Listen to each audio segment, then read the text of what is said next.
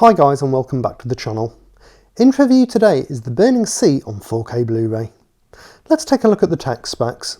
It was shot on 35mm, it's got a 4K DI, the aspect ratio is 239:1, it's got a Dolby Atmos soundtrack, it's a 100GB disc, the runtime is 105 minutes and it's rated 12. In terms of picture quality, after being captured on 35mm film, the image carries a layer of organic grain accompanied with a dull and muted appearance, predominantly featuring natural colours. Sourced from a 4K DI, overall sharpness and clarity is good, with close-ups and interiors showing a nice level of detail, revealing increased refinement on skin textures and background elements, whether inside the dark depths of the oil rigs or outside on the sandy beaches of the Norwegian coast. The UHD disc provides a tighter and better resolved image over the standard Blu-ray.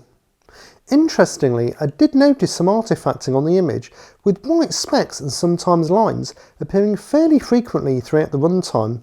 I'm not sure whether this is possibly down to dust or dirt clinging to the negative or scanner, but it was surprising to see so much on a new release. The film's colour palette mainly consists of natural earthy and muted tones, which the application of HDR nicely builds on, strengthening the greys of the overcast skies, the blues of the sea water, and the industrial tones of the oil rigs.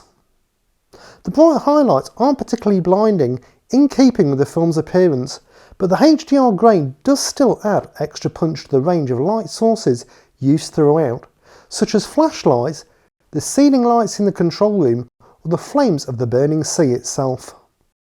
Black levels are deep and strong with good shadow separation and low light detailing, even amongst the darkest of the film's settings. If you enjoy this type of content, why not consider subscribing, as I have new videos out every week. Moving on to the audio quality, the presentation is accompanied with two Dolby Atmos soundtracks, a native Norwegian track and an English dub track. I opted to listen to the former with English subtitles. Fans of the two previous entries, The Wave and The Quake, will be anticipating a lively and engaging soundtrack, and even though The Burning Sea is a tamer and slower build than the previous movies, when the disasters unfold, the viewer is still treated to a nice range of activity. The height channels produce some cleverly integrated effects that nicely increase the sense of immersion. Whether it's helicopters flying overhead, atmospheric underwater sounds, the roar of the F-35 fighter jets, or the crushing pressure on the lifeboat's hull. It all helps to heighten the drama and tension. One standout moment is the explosion in Chapter 3, which produces a great effect in the height and surround channels, with the sound of the piercing shockwave and glass shattering coming from all directions. Bass response is adequate and kicks in when called for, such as adding extra depth and impact to the explosions. It isn't the lowest I've experienced, and I did feel it could have dug a bit deeper at times, but it still delivers sufficient boom. The film's musical score is well balanced and utilises the soundstage effectively, and the Norwegian dialogue is always clear and audible, even though I relied on the subtitles. To summarise, I'll give the picture an 8.1. Magnolia Pictures' 4K transfer offers a good improvement over the 1080p Blu-ray, presenting the film's distinct visual appearance with better refinement thanks to the increase in resolution and the application of HDR. And I'll give the audio a 9.2.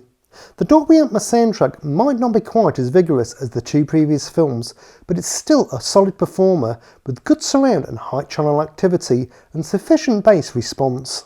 Fans of these Norwegian disaster movies shouldn't be disappointed. So these are my thoughts on The Burning Sea on 4K Blu-ray. Will you be adding this one to your collection? Let me know down in the comments. Thanks for watching guys, enjoy your movies. Bye!